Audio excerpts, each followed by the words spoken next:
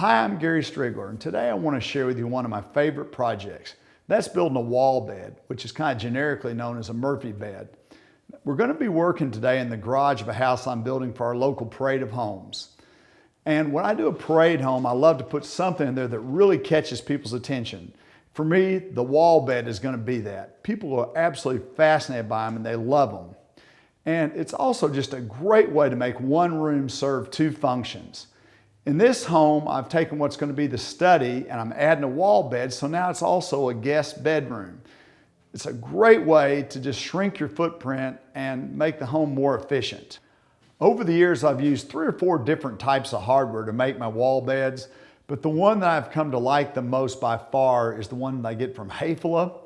And it's about 4 different parts that you put together, but one of the most important parts is this. The instructions. And when you get these instructions, you probably want to go through and convert some of the metric, unless you're going to use a metric tape measure, some of the metric measurements into feet and inches.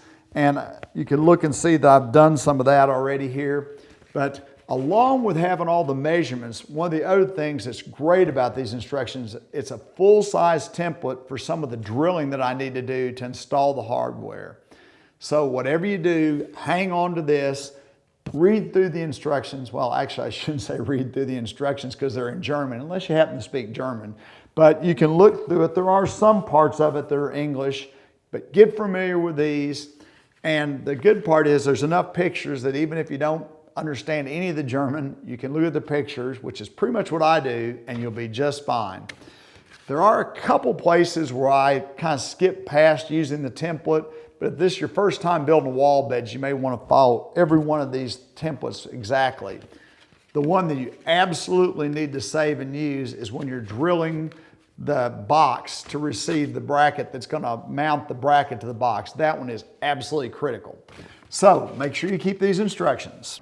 The next thing, and this is a really, really important part, is this pivot bracket.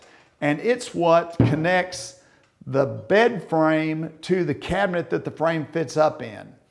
And it's really a very simple setup. That's why I like the Inlay hardware so much. This part mounts actually to my platform or the bed frame, and this part mounts to the box.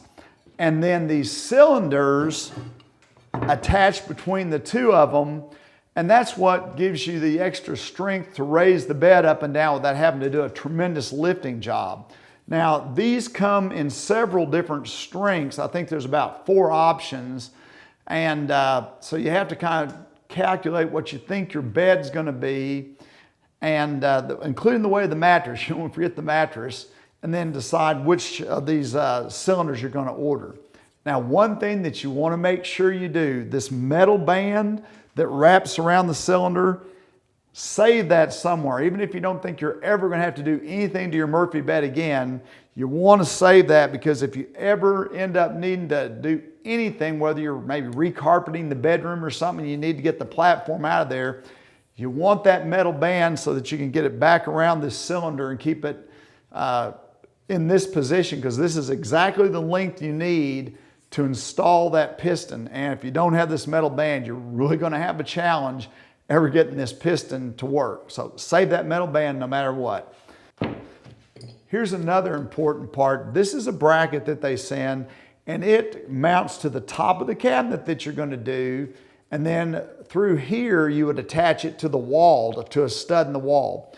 There's quite a bit of torque that you develop when you're raising and lowering that bed, so you want to have it really strongly mounted to the wall. In my design, I use a piece of 3/4 plywood across the back, and that also gives me another really strong way to attach the cabinet to the wall. Now, the final part of the hardware is this, and this is a great design. It's one of the places I think the Inlay hardware really, really shines. It's the foot, and you're able to fold the foot down when you lower the bed down, but then when you get ready to raise the bed back up, it actually stores up and out of sight. It's a really stout, strong foot, but you don't see it until you're ready to lower the bed down. And I really, really like that feature about this hardware. Pretty well every project that I've ever done starts with a story pole. Now, all a story pole is just a stick that I'm going to put measurements on so I can see the relationship between all the parts that I want to build. And it also gives me a way to take measurements and kind of think my way through the process. What I often tell people is a story pole to a carpenter or a cabinet maker is kind of like an outline to a writer. So this is the story pole for my wall bed. And the first thing that you have to determine before you can even begin the story pole though is what size is your mattress. When you're building a wall bed, it all starts with a mattress and goes out and up from there. So I took my phone out, and according to my phone, when I Googled it, a double mattress, or I guess you just call it a double mattress, is 53 inches wide by 75 inches tall. Now, you have to leave a little bit of room for bedding to tuck in around the mattress. I have at times used as little as a ½ inch, but I like to leave an inch.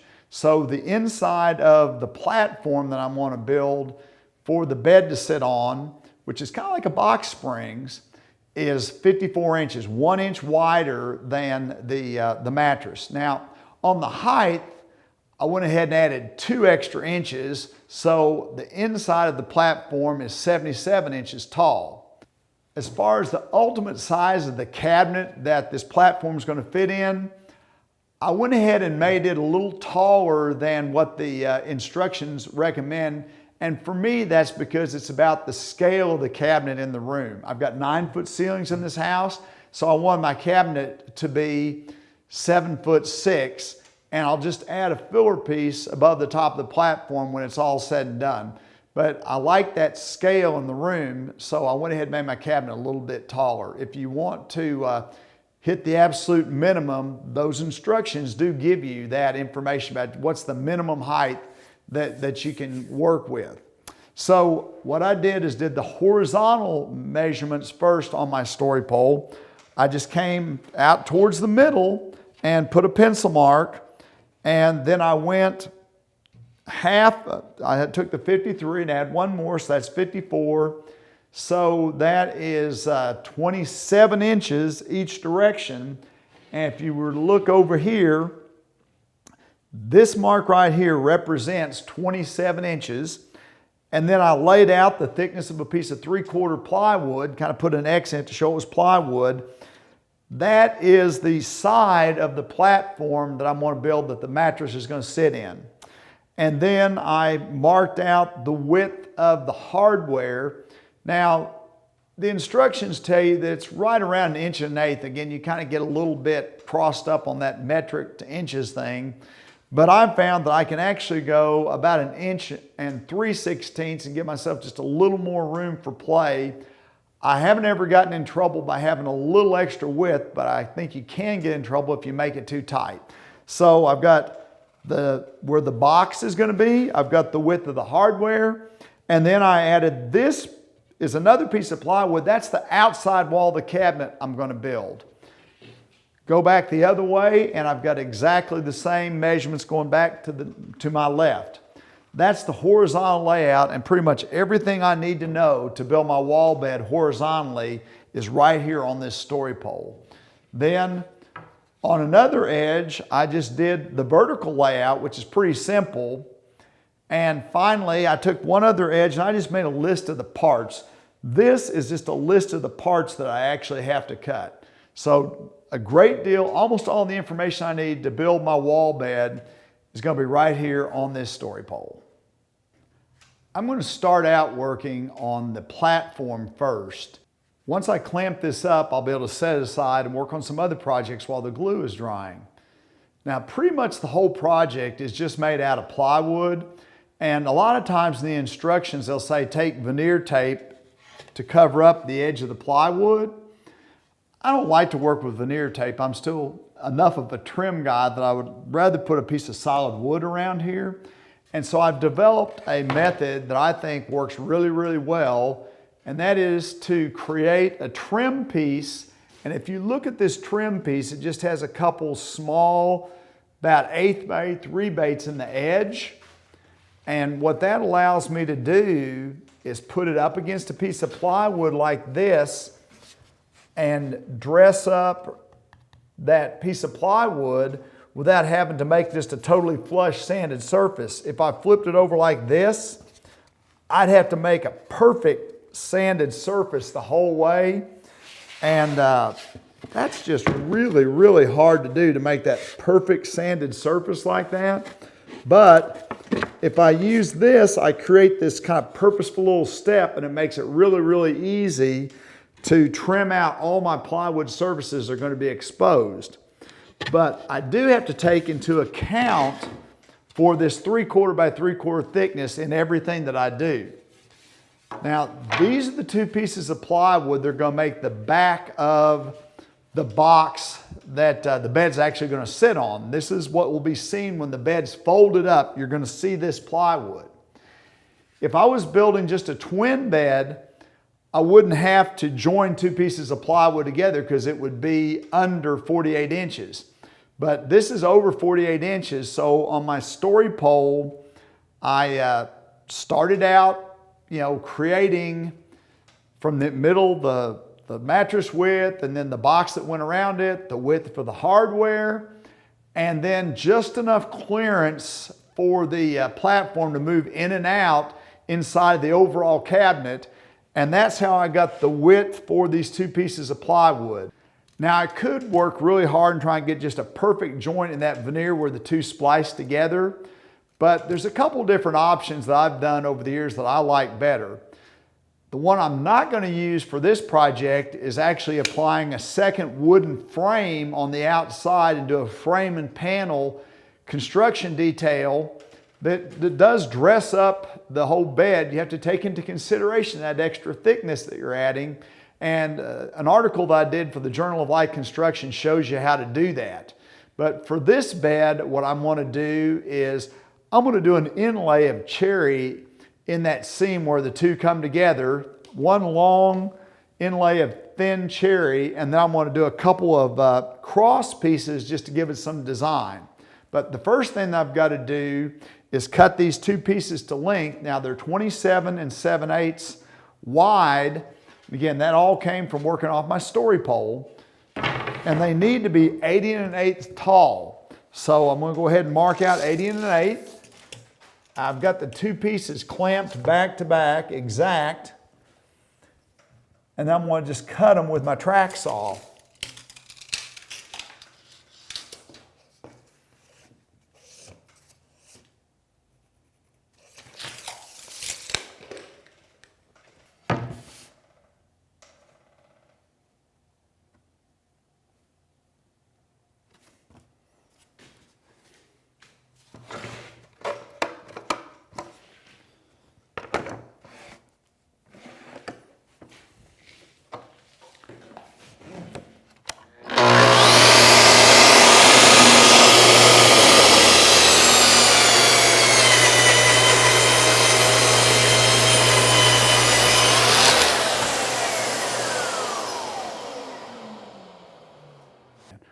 One of the things I love about this track saw is by hooking it up to the vacuum, I have very, very little dust, very, very little mess. So when I'm joining these two pieces together, I don't really need just a super strong structural joint, because all of the wood that goes on the back side of it is going to add to the strength. I just want something that gives me great alignment and holds the joint together until I add all the other parts that give it strength. What I'm going to do is use a domino about every 6 to 8 inches, and I'm only going to be putting glue where the dominoes go, not in the rest of the joint. And part of the reason for that is I don't want to have a whole lot of glue squeezing out someplace else. But I found those dominoes do a great job of giving me enough strength to work with this panel, but also keeping things really well aligned. So I'm going to go ahead and lay out for dominoes about every 6 inches. We'll get those together, and then I do need some long pipe clamps to pull the whole thing together. This top surface is what's most important to me, so that's where I'm going to put my layout marks, and I'll make the domino cuts coming from the top side. Now, you could use a biscuit joiner also for this, but to me, that's nowhere nearly as good because you don't have as much strength in the joint. The domino has the great advantage of going much deeper in, which makes a lot stronger joint for what I'm wanting to do. So I start 2 inches,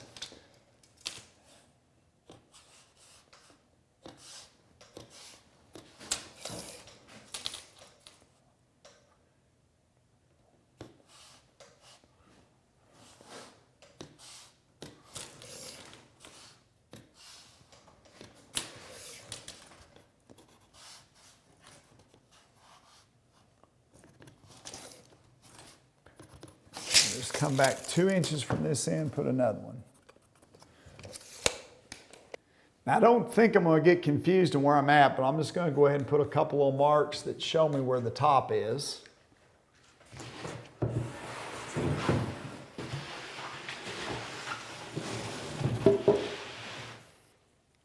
So here's the size dominoes that I'm going to be using, and I'm actually going to set the machine to cut a little deeper than I would need to and a little wider, so there's going to be a fair amount of play in this joint.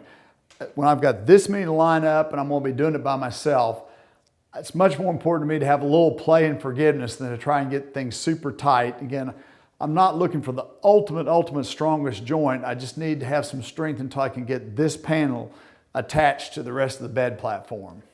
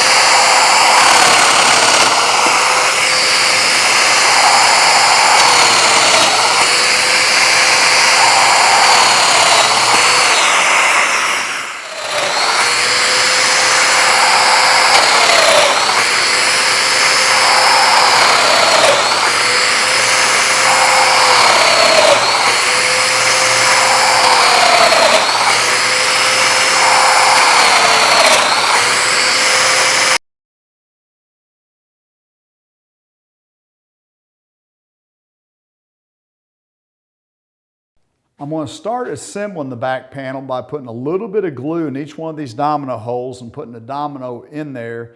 Then I'll just add some glue to the other half of the panel and clamp the whole thing together.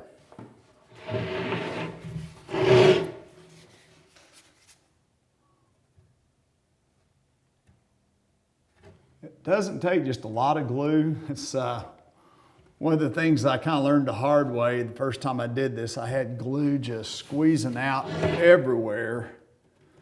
And I may have some glue squeezed out on this, but hopefully not too terrible much. That was good.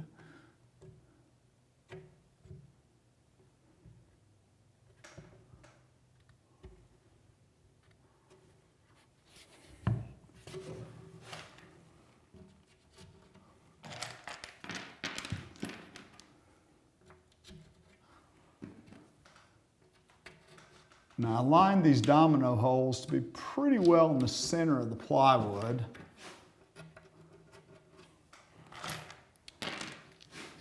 And I'm trying to put them in, although the hole's oversized, I'm trying to put them pretty much in the middle of the hole.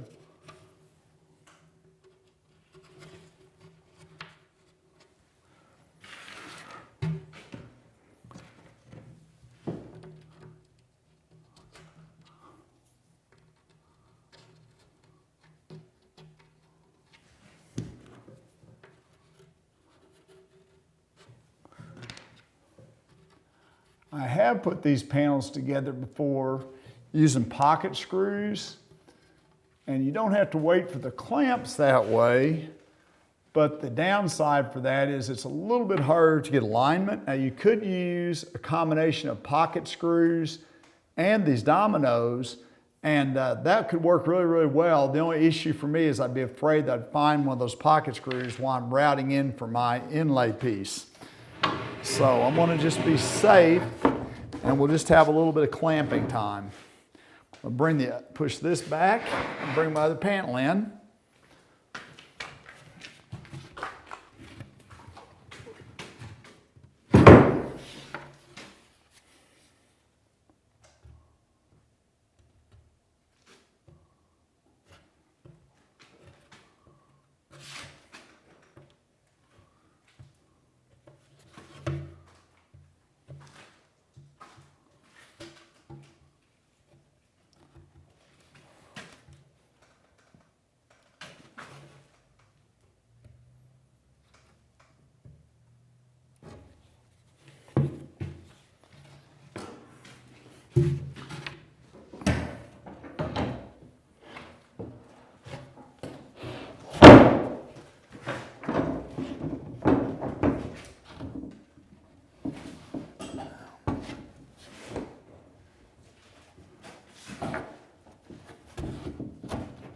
All right.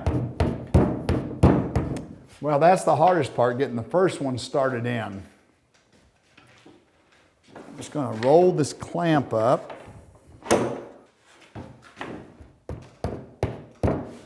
We'll try and make sure that I've got that lined up about perfectly. There we go. And the dominoes are just lining up and pulling it together really, really nicely.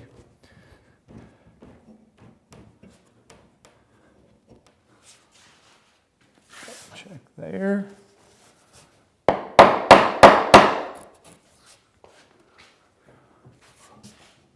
Okay.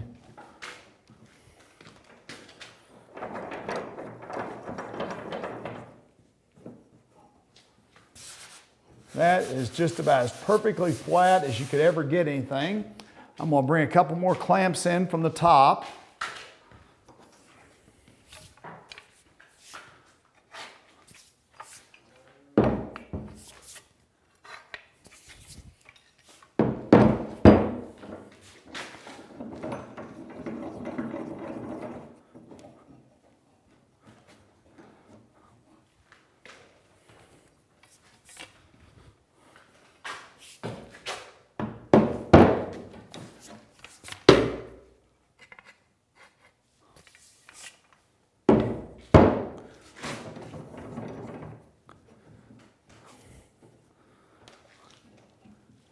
Okay, got this panel pulled together just the way I want it.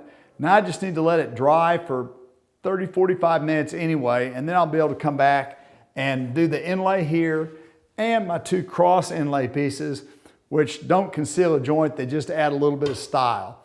We're going to set this piece aside and we'll go ahead and start working on the other parts of the platform. A lot of the strength of the bed comes from the perimeter pieces of plywood that I make the box out of. Now I still edge these pieces with that 3/4 inch poplar detail that has a little 1/8 bay, 3 bay on each edge. So these have been ripped to about 6 3/4, and then I'm going to add that 3/4 inch piece. So the overall depth of the box is going to be about 7 1/2. Now you really need to stay right at that depth. If you have a thicker mattress, it's just going to stick a little bit up above the box. The reason that it's so important to stay at that depth is because that hardware that controls how everything pivots and works in the bed is set up based upon about that thickness of a plywood side. One time we made them a little bit deeper and it really turned into a disaster. So trust me on this one. Stay right about that width with your plywood. Now, from this point on, I'm going to pretty much be using pocket hole joinery to put all the parts together. And I find that that gives me a really strong joint, but it's also a really quick joint. So these pieces were cut to 54 inches, and that is the width of the mattress plus 1 inch. These two pieces were cut to 78 1/2. That's the length of the mattress plus 2 inches plus 1.5 inches for these two pieces to fit in between. Now what I'm going to do is take these pieces over to my forming machine and drill for the pocket holes that are going to hold the whole thing together. I'm going to put about 4 pocket holes in the end of this piece, and that's what's going to join it to the sides, but I'm also going to be putting pocket holes along the entire length. And what that gives me is a way to attach this box when it's complete to the plywood bottom. It makes a really strong joint, and it also gives me the ability to maybe slightly adjust the way that bottom piece attaches to the box, and I'll show you what I mean by that later on.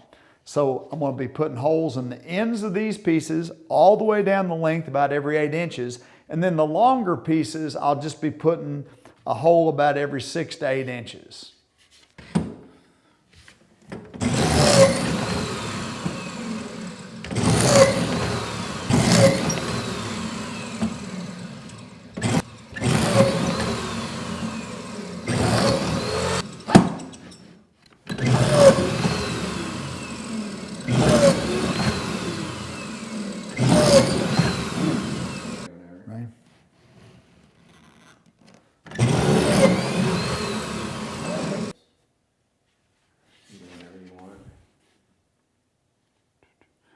trying to remember.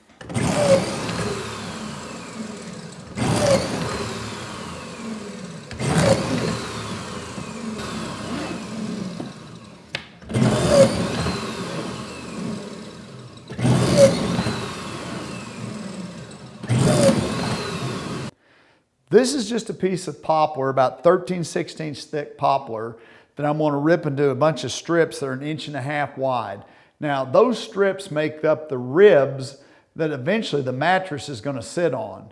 I went ahead and cut a wide board to the length. That way, all of my pieces will be exactly the same length. So I cut a couple of these boards, and now I'm going to rip them all to 1.5 inches wide.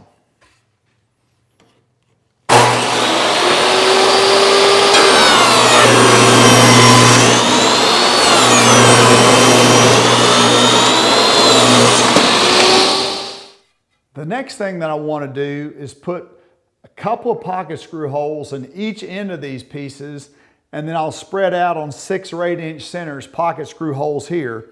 Those pocket screw holes are going to let me attach these ribs to the plywood bottom. The pocket screw holes here let me attach this out to the sides of the plywood box for strength. So the whole thing is just held together by pocket screws, which gives me a lot of strength and also an instant joint. One thing that's important to me though is to make sure that I check for any bow in these pieces, because if they do have any bow at all, I want to put them into the box so they're crowned up, so that when the weight of the mattress and a person's on them, they're bowed up instead of bowing down. These pieces are actually all pretty straight, which is fine. I'm just going to use a framing square to mark across all these at once. So I'm laying them all out at one time.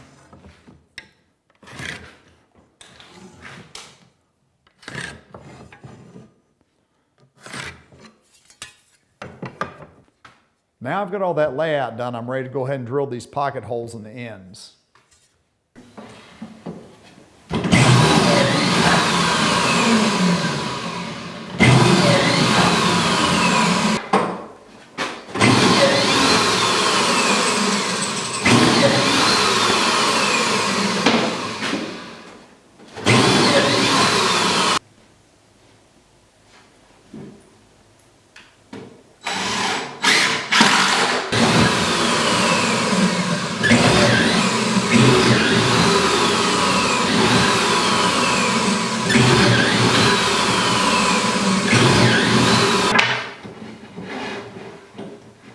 So after all that drilling, I'm finally ready to start assembling the box.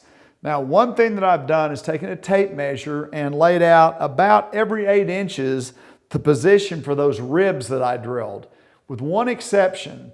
Down at this end, this foot has to fit up inside of the platform, and you have to leave about 12 inches of clearance for the foot to go in there. So the ribs will be about every 8 inches, except a little more than 12 inches from this end. Before I add any of those ribs though, I need to screw the box together.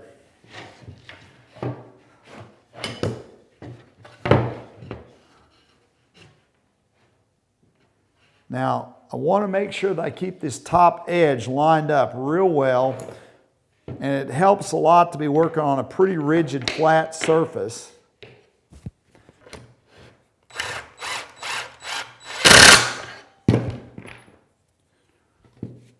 I'm using 1.25 inch fine thread screws to go into this plywood.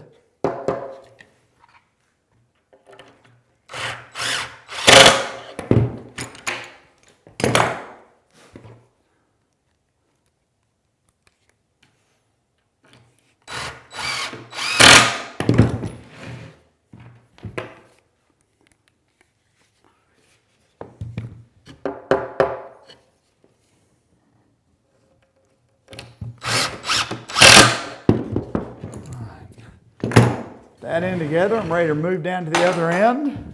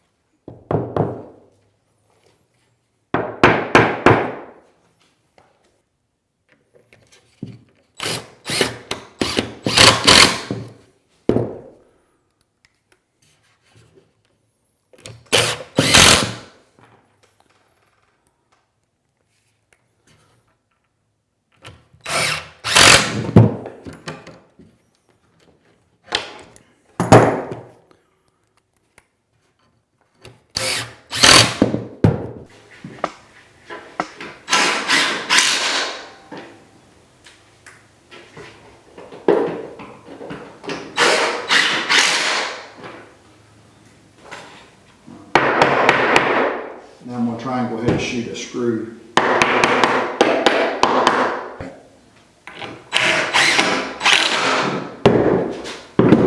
Okay, so I've got the perimeter of the box all put together. Now I'm ready to start adding these ribs. And I'm actually, along with putting the ribs into the side, going to be running a band of 2x2s in between the ribs. So I'm going to nail a 2x2 in place, and then I'll screw the rib in, then add another piece of 2x2 all the way up each side.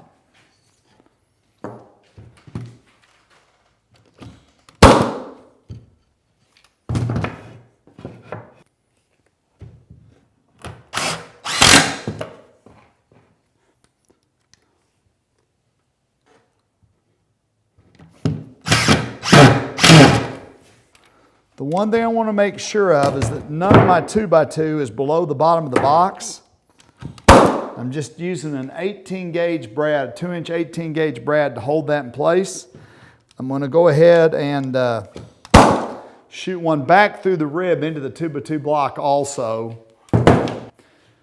This may be more nailing and screwing than I need, but I'd much rather have a few extra screws and nails than find out I was a little bit short.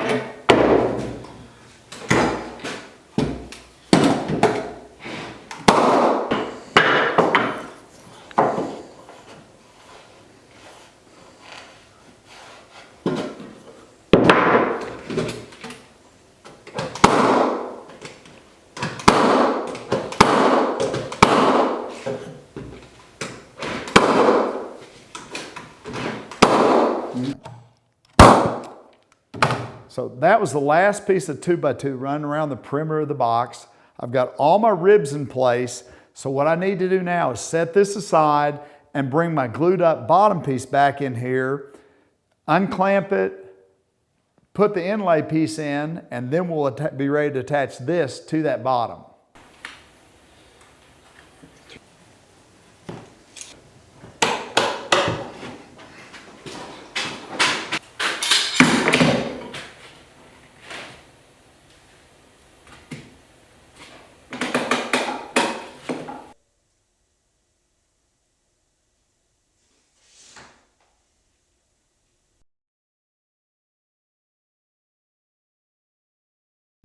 Here's the piece that we glued up earlier. Now I'm going to make a 3/4 inch wide dado in this to accept a piece of cherry inlay like this.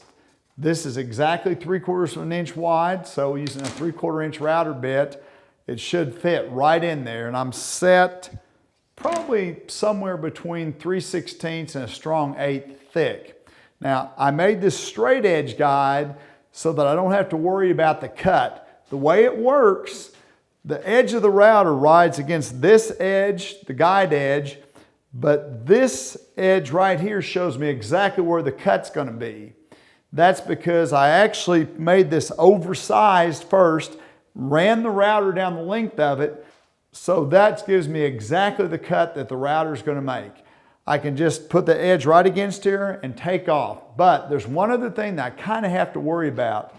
If my router rocks any during the process, I'm not going to have a straight line to lay my veneer in. I'll actually have a mess. So I'm going to take this piece of material, which is the same thickness material that my jig's made out of, and I'm just going to lay it down here. So that gives me something for both sides of my router base to rest on. Now, as long as I keep the edge of my router against the fence, I should just get a perfect cut.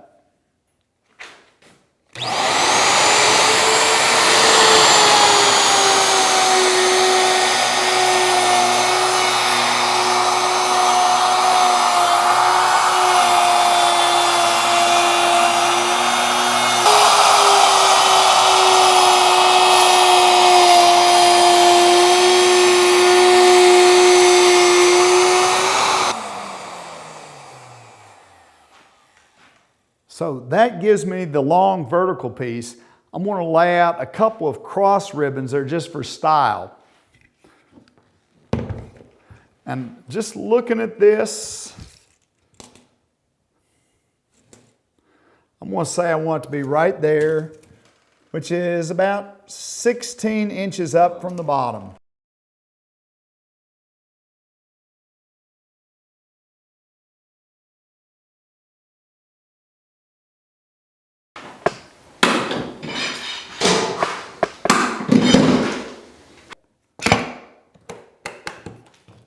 Double check.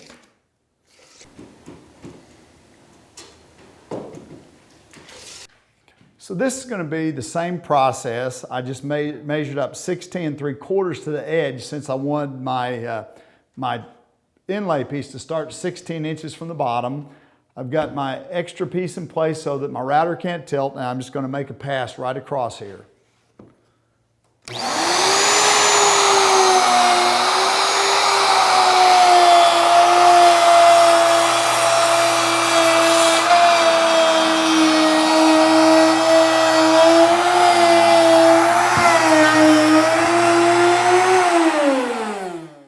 That made a great cut. Now all I'm going to do is move down to the other end, come up 16, and make the exact same cut. Then we'll be ready to add our inlay pieces.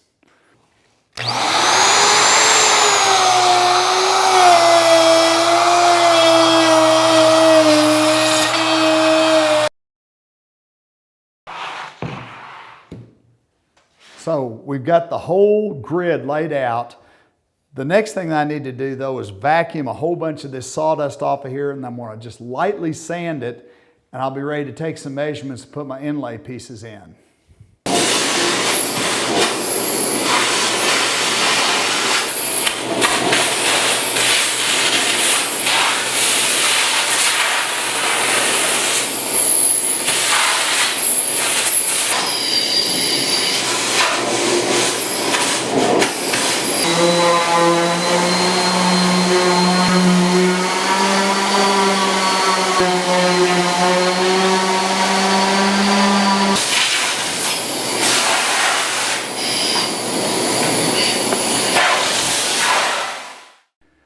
So when I made this veneer, I spent quite a bit of time making sure I had exactly the right width where it was going to go right down in that 3/4 inch groove. And I also did a test cut in a scrap piece of plywood so that I could make sure I had that depth really, really close.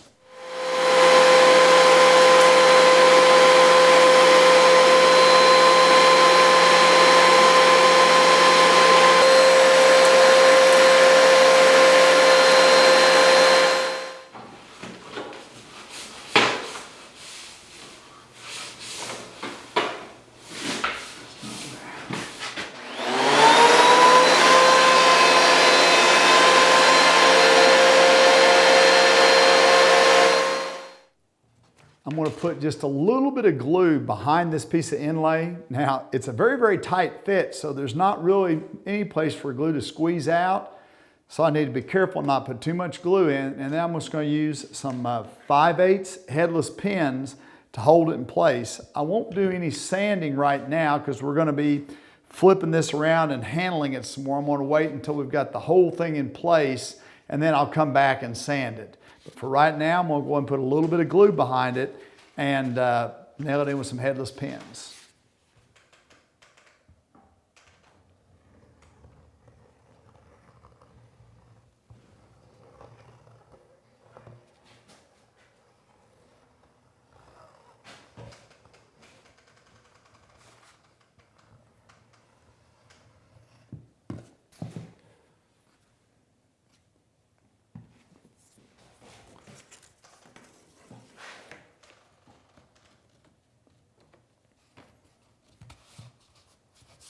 All right.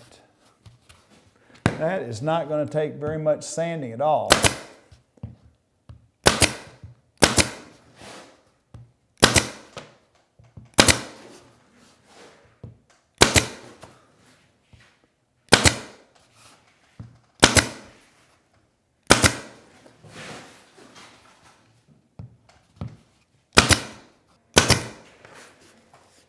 Well, that piece went in just fantastic. I'm going to test fit my other pieces, get them exactly the way I want them, then we'll glue and nail them in too.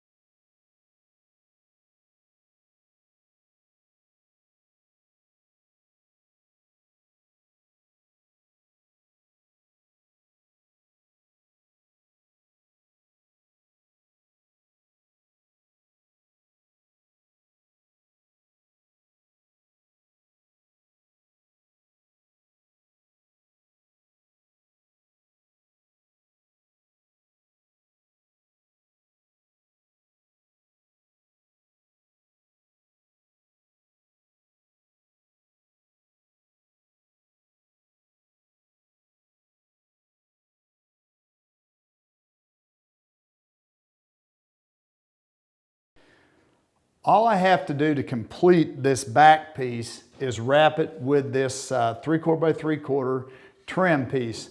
I'm going to put just a little bit of glue along the edge, not too much because I don't want it squeezing out, and then I'll nail it in place with some 1.5" 18 gauge brads.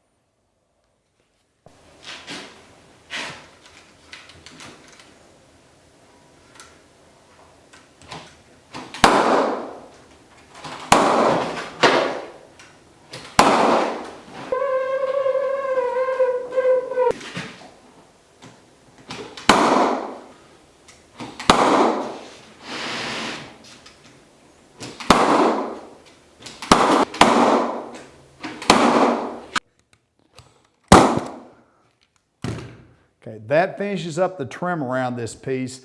I'm going to flip it over and then we're going to bring in the box.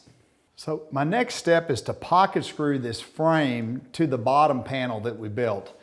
Now, to center it up, it takes 15/16, so I'm going to use this marking gauge to guide it along the edge, and so that won't have to measure every time. I'll just use the gauge to know when I've got the right reveal coming down the side, and I'll just run a screw in. Now, for right now, I'm going to put kind of the minimum amount of screws that I can to keep the whole thing braced together, because there's always a slight chance once I get this installed that I may need to shift the panel just a little bit to get the right reveal between the panel and the cabinet box that we're building. But for right now, I'm going to use this gauge. I'm just going to try and keep the thing centered about 15/16 off the edge.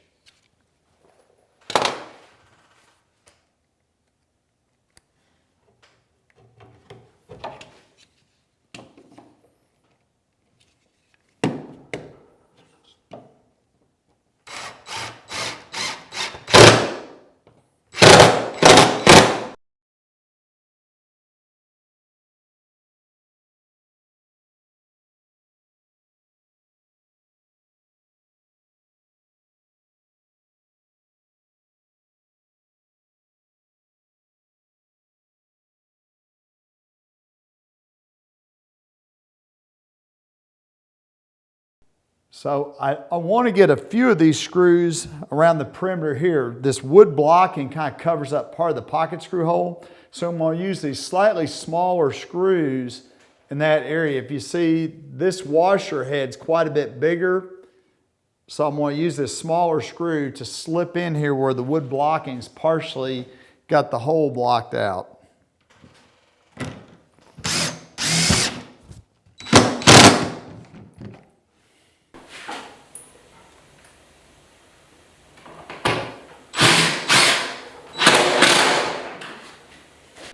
There's two hardware steps to complete in this box. The first one I'm going to do is to put the legs on. I've measured over 4.5 inches from the outside of the box, and I'm going to take this 1 3/8 drill and drill through from both sides to create a hole for the leg to come out.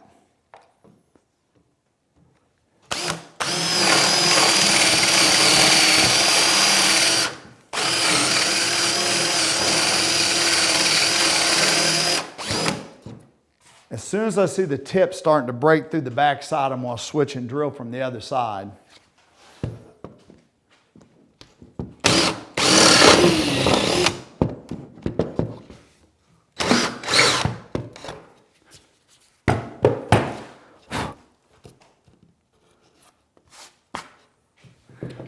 So this piece just hooks through like that and then slides right over against the blocking, and I'm going to put it on with a bunch of about 3/4 inch screws. So I'm just going to feed the leg through like this, and it fits right over against this 1.5 inch blocking, and I'm just going to use a whole bunch of these 3/4 inch screws to attach the foot in place.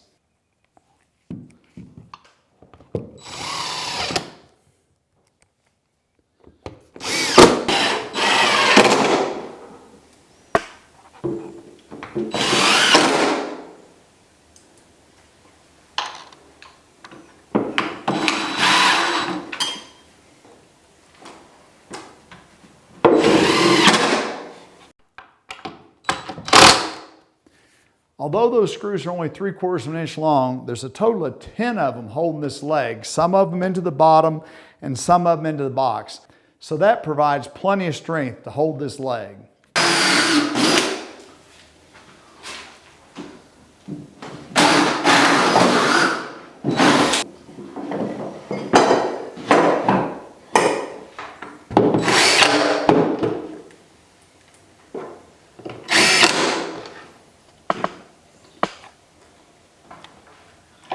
Before I can put the next piece of hardware on, we have to add the edge stripping around the box.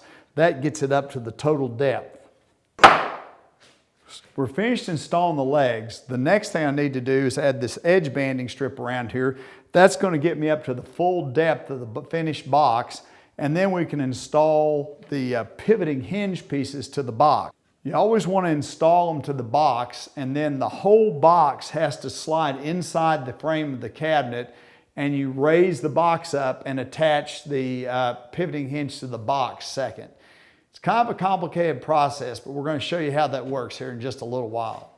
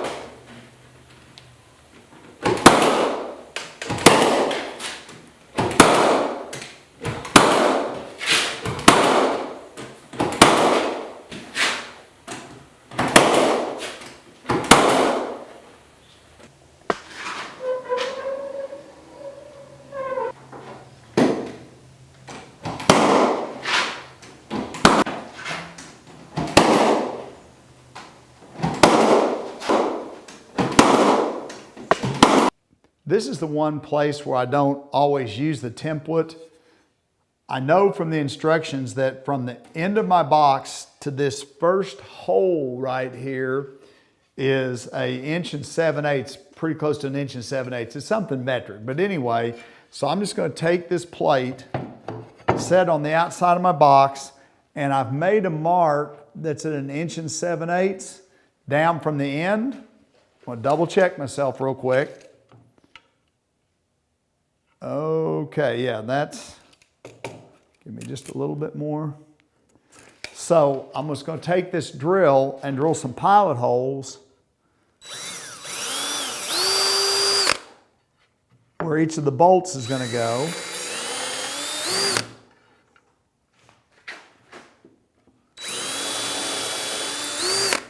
There's actually a couple of them that I can't quite get to with a drill, so I just have to take a pencil. I'm just going to reach through from the back side and mark them with a pencil. Okay. Go ahead and drill them.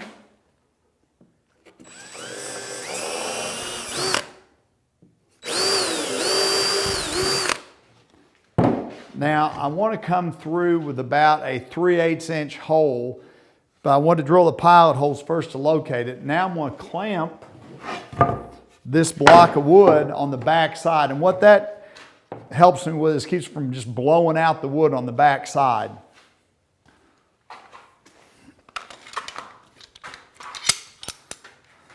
So we'll just take a couple clamps.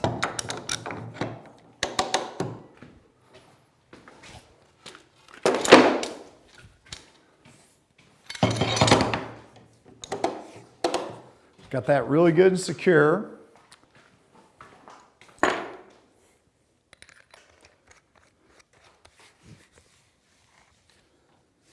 This is a 3/8, I'm using a 3/8 Forstner bit to drill through from this side.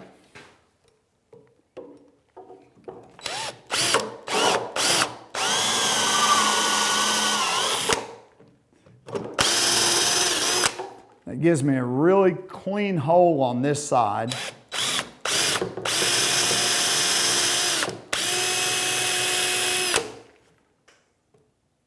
And even though the bracket's going to cover it up, I don't want a whole bunch of chips and tear out there. Going to make it hard to get the bracket up tight.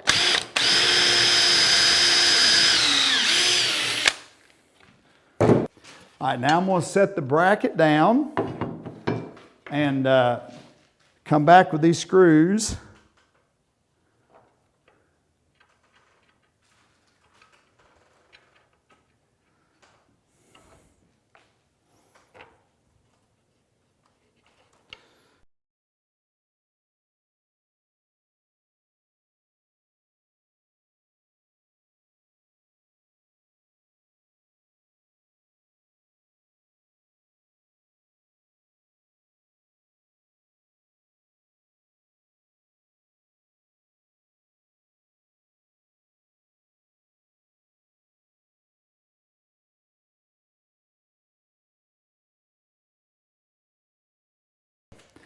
So the 3/8 holes are a little bit oversized, but it gives me enough room to get these to line up and go into the bracket.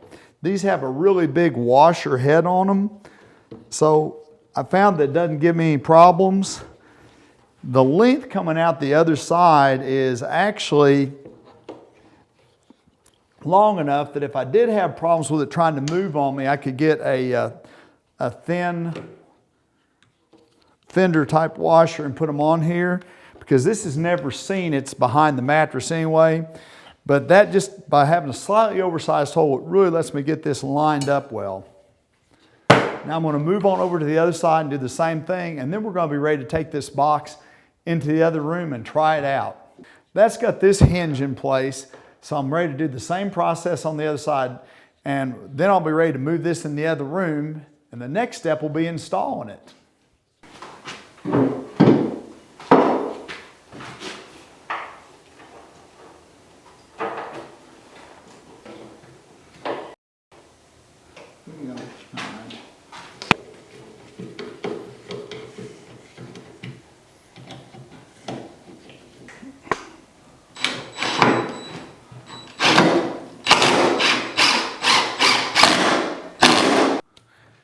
That's the last bolt for this side. Now I've still got to add 3 of these long screws which come through and hit into this wood blocking. Once I get these screws in, I'll add the bracket for the other side. Both of the hinges will be in and we'll be ready to move this into the other room, and the next step will be installing it.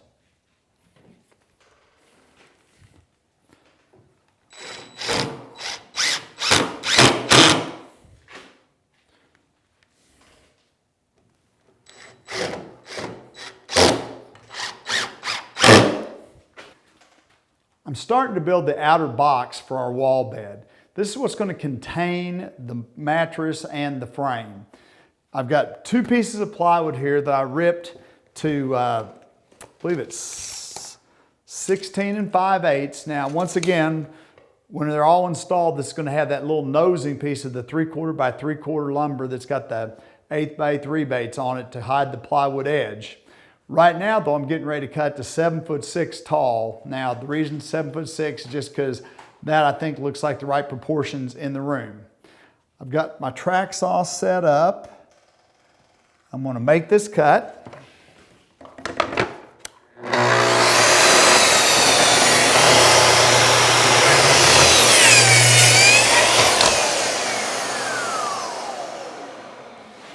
Now the next step is a little bit different than what I used to do.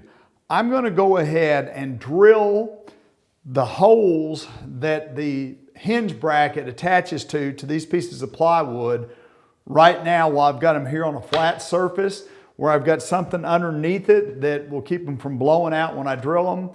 And it's found it's just a lot easier to drill those now than wait until I get the cabinet standing up. The big key though is I need to make sure I've got them laid out to drill them in a pair, because you sure don't want to have 2 lefts or 2 rights when you get everything together. I'm going to get this out of the way. I'm going to lay them out like they're going to be in a pair, and then I'm going to mark them. Now, another important thing is I want to drill from the outside of the box in, so that if anything blows out in the way of the veneer or anything, on the inside it won't show because that's where the metal bracket is. But on the outside, there's nothing at all that trims it out. So I'm going to lay it out and I'll drill a 3/8 inch hole through there right now. It may look like overkill, but I've got these 2 Bessie clamps really holding this template down solid. Now, because I haven't added this outside edging yet, and I won't until I get in the other room, the template's actually hanging out 3/4 past the end. But right here it's flush with the bottom because that's where the floor needs to be.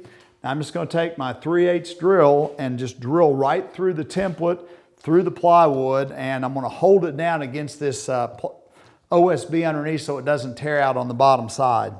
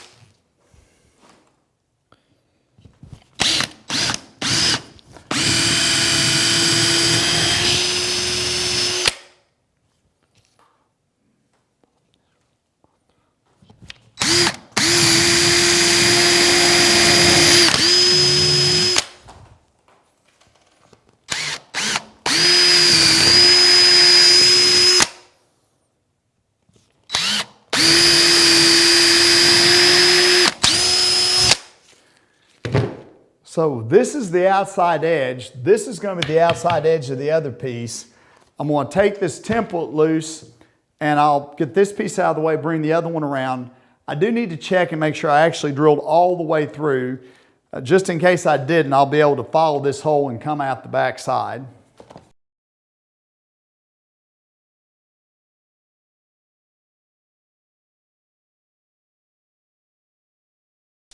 Well, it looks like I drilled through on all of them. So this piece is going to move out of the way. I'm going to bring the other one in and we'll drill the same holes in it, except I guess exactly the mirror opposite of those holes.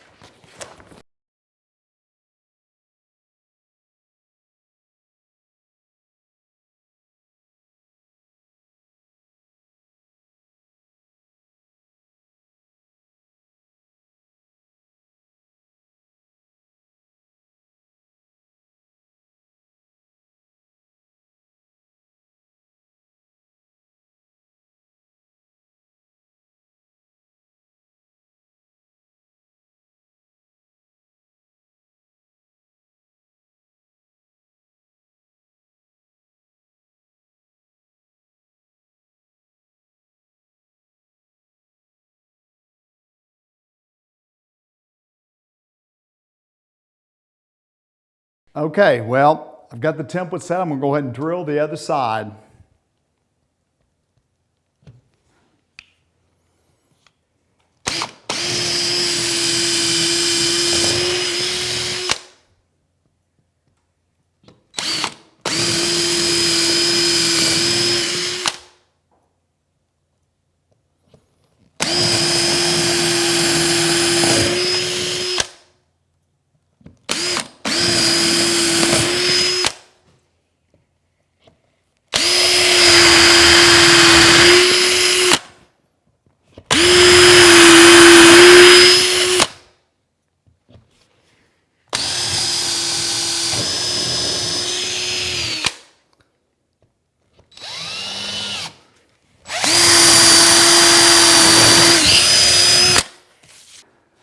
Okay, so that's got drilling for the hinges for both sides. The next thing I want to do though, before I start assembling this, I've already got my top piece cut and I've got pocket screw holes to let it attach between the two sides, but there's a big piece of 3/4 plywood that needs to fit in between the sides of my box at the very, very top.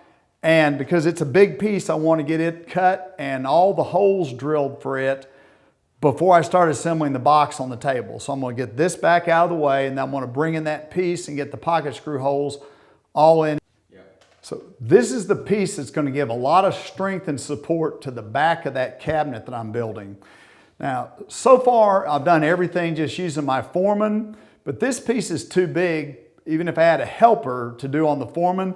So I'm going to use this, this special jig, which just clamps right on the edge, and I'll just drill right there. Now, I could even put, if I didn't have this jig, I could even just use my regular Craig jig and clamp it on here and drill the holes. Now, everything that I've done so far, if you didn't have a Foreman, you could make every hole that I've drilled so far using a regular jig. It'd just take you a little bit longer.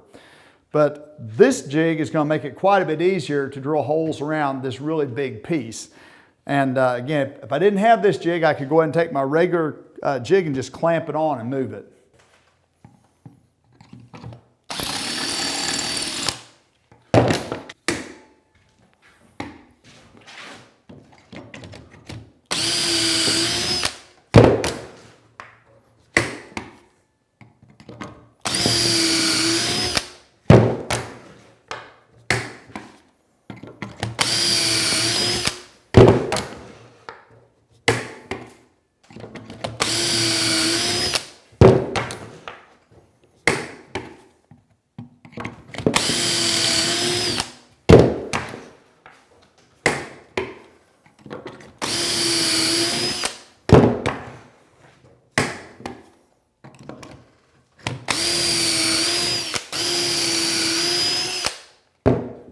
Well, that ought to be plenty of pocket screw holes to hold everything together and give me a lot of strength to my cabinet. So I'm going to put this piece aside, bring my sides and my top in, screw them all together, then I'll be ready to add this back in. So I'm ready to start putting this great big box together. Now I know I'm going to add some trim around the top, so instead of struggling with these big pieces, I'm just going to take my nailer, put a few nails to keep things lined up. They don't give me all the strength that I need, but they'll do great to keep things lined up until I can run my screws in.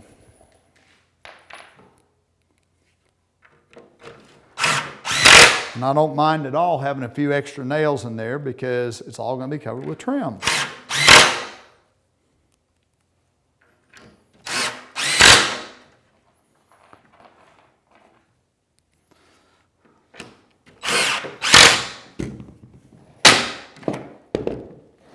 All right, I'm ready to bring in that other side.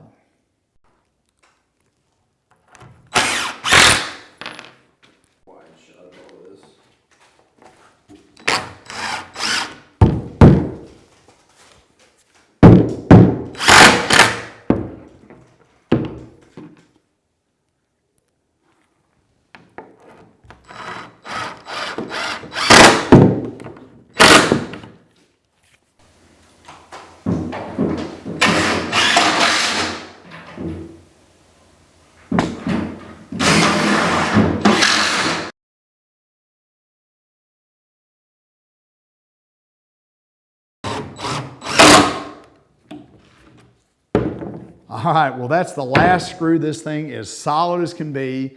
So we're ready to raise up the garage door, carry it and the platform in the other room, and install them. The only thing I've still got to do to this is just nail on some edge banding, and we'll do that when we get in the other room.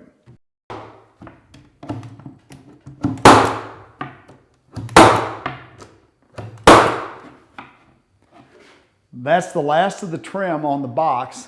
So now I'm going to slide it back against the wall, center it, get it plumbed up, and screw it to the wall. The box fits about an 1/8 inch in from the sheetrock on either side. And I'm going to go ahead and get the top mounted first, and then I'll plumb it up and screw the bottom in place.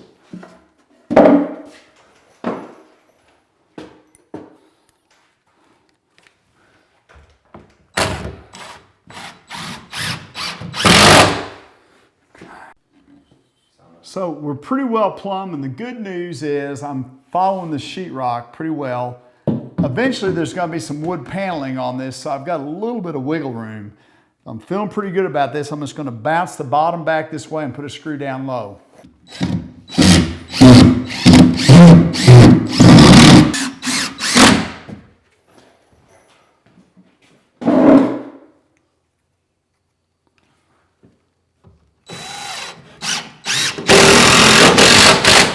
I think that's plenty of screws in this box for right now, because there's a possibility I might have to adjust it just a little bit more once I get the bed frame in here. But now I'm ready to bring that bed frame in, and I'm going to use some clamps and some blocks of wood to hold it up until I can run the screws through from the outside into the bracket that mounts right there. Well, I've wrestled around and got the first screw started on each side. Now all I can do is ease off on this clamp a little bit, let it settle back in, and start to fit the other screws in.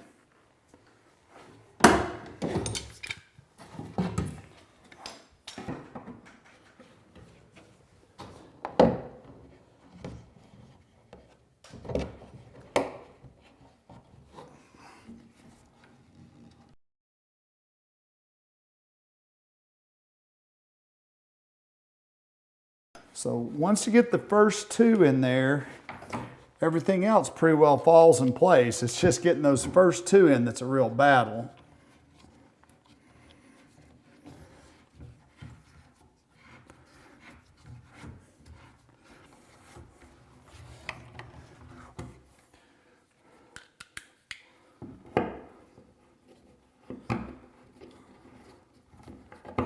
Got this side attached. Now I'm ready to move over to the other side.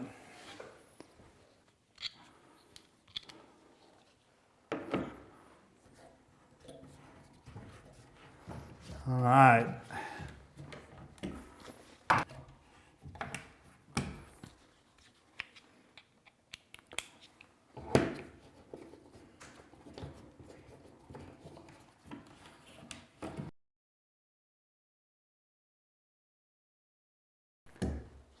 Okay, so it's bolted in now. The next thing I want to do is just do a test run, lift it up, and hopefully then I'll be ready to actually put my pistons on.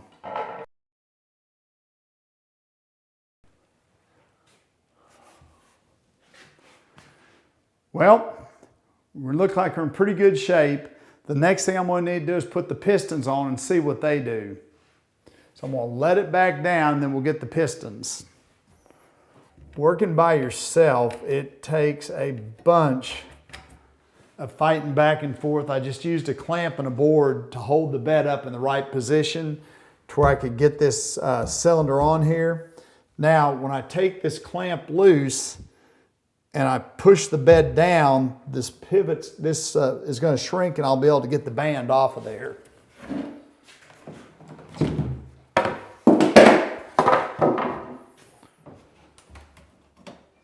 It's one side.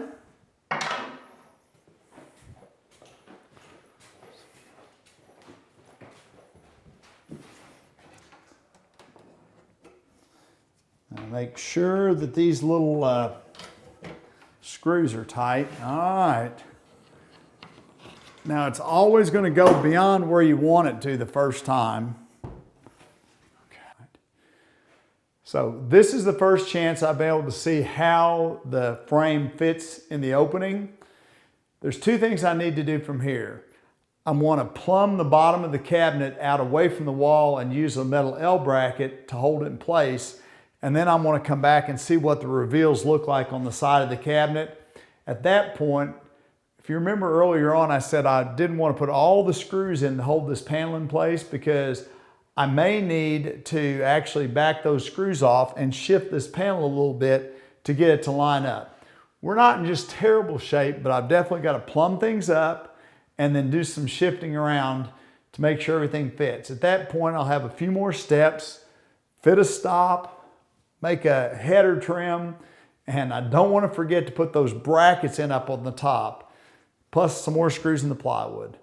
But the next thing I need to do is go ahead and lower the bed back down, put the metal straps on the cylinders so I can get them off, and that's going to give me a lot more freedom to make all those adjustments that I need to make to this bed.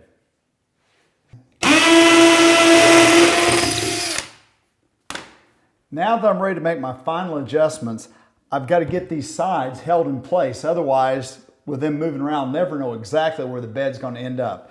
What I'm doing is putting a metal L bracket like this against the side, and I'm putting it right where the baseboard of the cabinet that sits here will cover it so it'll never be seen.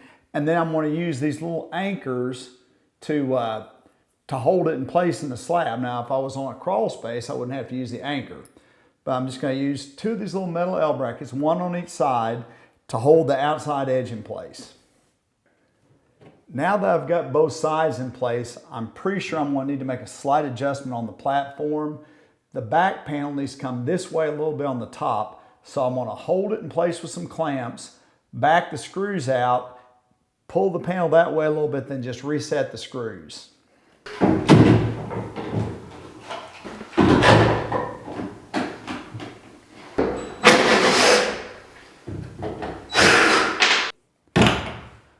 I clamped these three corners. Now, I didn't clamp the back corner because that's the pivot point.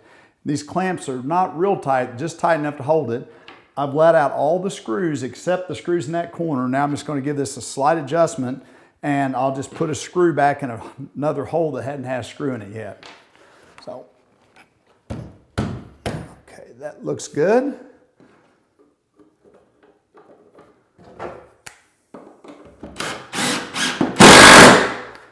I'm just going to go ahead and put some screws in here.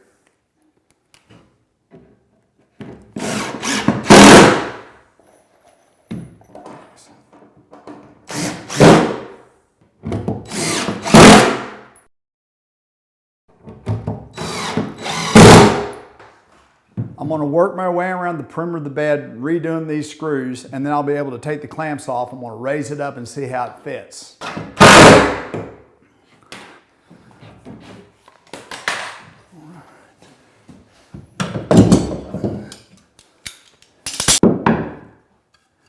Because the pistons keep constant pressure on the bed, you have to have stops or else the bed frame would come on in past lining up with this outside. So I've just cut some pieces of poplar that are going to make a solid stop to keep the frame exactly in the straight up and down position is really what I'm looking for.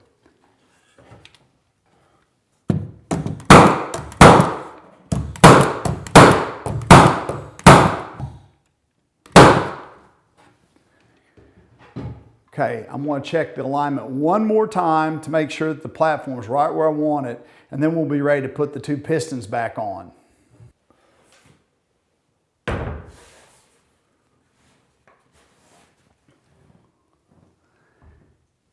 So the reveals are just the way I want them to be now. I need to go back, put the two pistons on, and from this point on, the pistons are going to keep this held up in this place. Then the only other thing that I need to do is put a header piece across the top, add a little base piece across the bottom, and then there'll be one more thing I want to talk about that's the final preparation for putting the mattress in.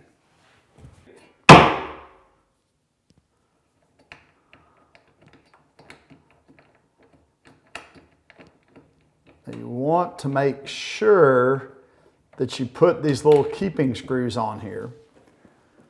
So I've got both the cylinders on now. I'm going to take this clamp off and lower it down, pull the spring off, and the platform should just come up and suck right up against those stops that I put in there.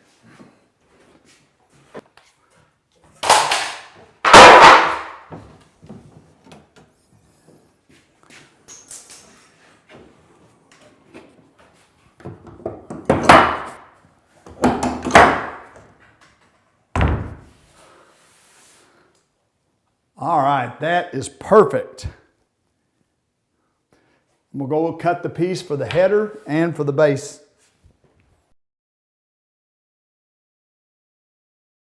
Test it.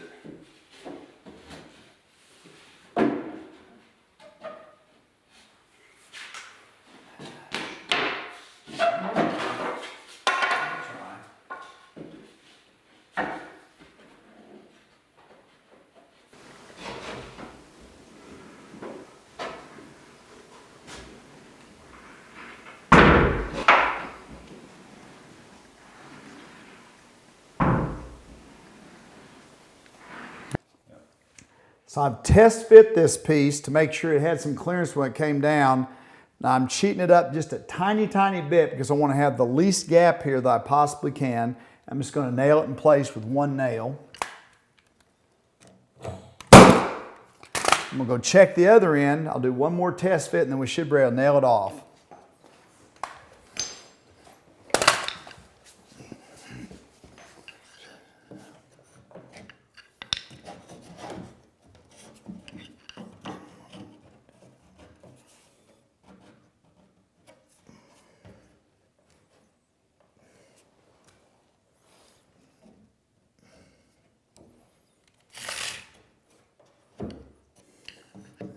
Distance.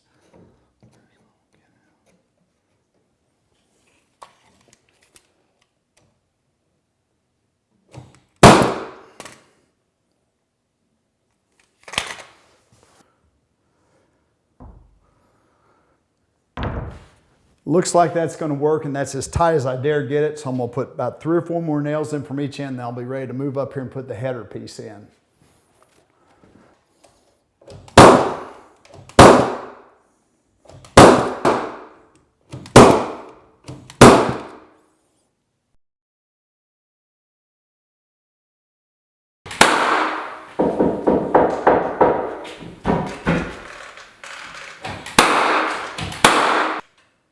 Okay, that's the last piece of trim that goes on the outside of this wall bed.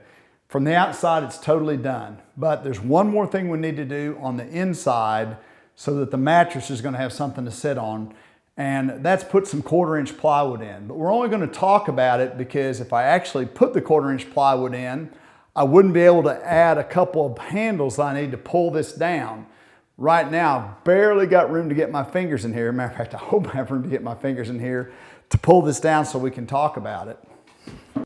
I need to add one strip of wood right here that goes between the 2 legs, and that's to support the plywood on this end, and then we'll just take 2 rippings of 1/4 inch plywood and using some screws, lay them in here on top of these ribs, and that's what's actually going to support the mattress. But I don't want to do that yet because if I have that in place, I couldn't get my hardware on for my pulls. I'm going to use a couple pretty good size pulls on the front of this so the person doesn't have to struggle to get the bed down. Now, right now, this bed's still trying to come up, but once you add the weight of a mattress and bedding, it should stay down pretty easily. If for some reason that didn't work out, I'd have to swap out for the next weaker or less strong set of pistons.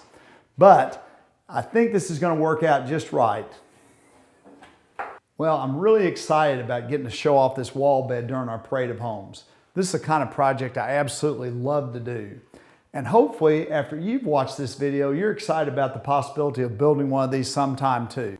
Now, this is kind of a contemporary design with this inlay. If you want a more traditional look, check out my article in the Journal of Light Construction, where we did a frame and panel construction in this area right here. But it doesn't matter how you decorate it up. These things are just a great project and they are so practical.